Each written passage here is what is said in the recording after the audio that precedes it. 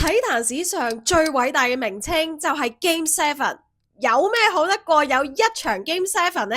就係有3場 Game 7睇啊 ！Hello， 大家好，我係 Simone， 歡迎嚟到 NBA Talk。中意 NBA Talk 咧就記得 follow 我啦。未開季之前呢，唔少嘅評述員都話 The East is wide open。而家再睇翻季後賽咧，呢句 statement 係準確無誤，因為東岸8強打起上嚟，實力差距真係唔大。先講第一場，波士頓對76人。我啱啱咧就去咗波士頓同費城睇過 Game 5同 Game 6。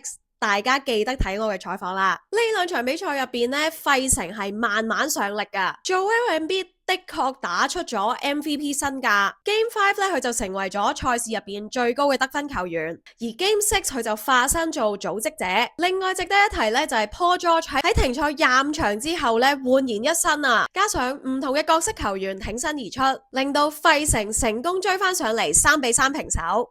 話雖如此，我個人嘅預測咧依然係波士頓。啱啱咧就宣布咗 Jason Tatum 唔會上陣噶啦，但係波士頓全季入邊咧其實都習慣咗冇 Tatum 上陣。重點嚟啦，到底 Jaylen Brown 今場比賽入邊可唔可以減低佢嘅進攻犯規呢？ Derrick White 咧上場就打好咗少少，去到生死戰啦，可唔可以及時上力呢？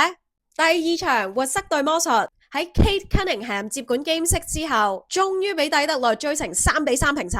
而魔術隊咧喺 Franz Wagner 缺陣之下，比賽尾段連失13個起手嘅機會啊！而呢個一直都係奧蘭多嘅進攻問題。其實兩隊咧都以防守見稱噶啦，我就覺得去到生死戰，好睇呢個系列賽入邊邊一個係發揮得最好嘅球員。我自己咧就心水 Kate Cunningham。其中有個鏡頭就捕捉到佢喺球隊領先13分嘅情況之下，依然叫球隊保持淡定，大將之風出晒嚟啊！而我作為一個新入坑嘅 Jalen Duren 球迷呢，我好希望 Game 7可以成為 The Jalen Duren Game。第三場騎士對速龍，大家都見到我着緊咩衫噶啦，毫無疑問 Raps in 7。球隊啱啱就宣布咗 Brandon Ingram 有機會復出，而我作為球迷最開心當然係見到本土球員 RJ Barrett 能夠完美地完成最後一擊。佢真係由一個多倫多嘅 fans 躍升至多倫多嘅本地英雄。速龍咧就唔係好似騎士咁有球星助陣，但佢呢一班小將齊心合力，打得亮麗。去到生死戰啦，我覺得係時候改變歷史啦，喺從未贏過嘅克里夫蘭贏翻場季